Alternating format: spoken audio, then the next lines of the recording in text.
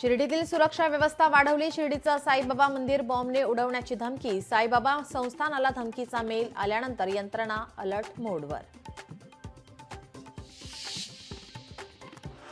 छत्तीसगडच्या गरियाबंदमध्ये सुरक्षा दल आणि नक्षलवाद्यांमध्ये चकमक। 8 लाखांचं बक्षीस असलेल्या नक्षलवादी विभागीय समिती सदस्य योगेश ठार। वैद्यकीय क्षेत्राची सर्वात मोठी प्रवेश नीट परीक्षा आज। गैरप्रकार टाळण्यासाठी परीक्षा केंद्रांवर चोख व्यवस्था। परीक्षेत गैरप्रकार करणाऱ्यांवर 3 वर्ष बंदी। दहशतवाद्यांना मदत करणाऱ्यांना सोडणार नाही, कठोर आणि निर्णायक कारवाई करणार, पंतप्रधान नरेंद्र मोदींचा इशारा।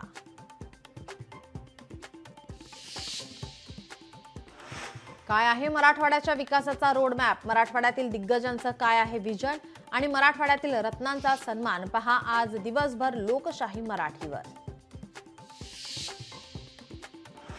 आपण 3 वेळा मुख्यमंत्री झालो, एकदा 72 तासांचा मुख्यमंत्री होतो। आपल्या आणि दादांच्या नावे रेकॉर्ड। सर्व माजी मुख्यमंत्री आले असते तर आनंद झाला असता, मुख्यमंत्री फडणवीसांची टोलेबाजी।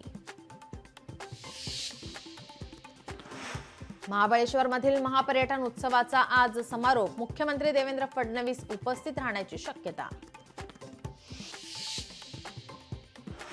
मोटरमनचा संप अखेर टळला। केबिनमध्ये सीसीटीव्ही कॅमेऱ्यांना होता मोटरमनचा विरोध। सकारात्मक चर्चेमुळे संप मागे, मोटरमन संघटनांचा निर्णय।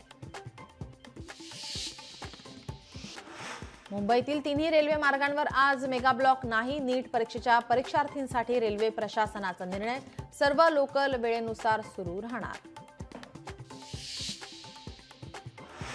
पुण्यातील वाडे बोल्हाई परिसरात रिंग रोडच्या कामावरील कामगारांना हातपाय तोडण्याची धमकी। नितीन कुंजीर नामक व्यक्तीचा धमकी देतानाचा व्हिडिओ व्हायरल।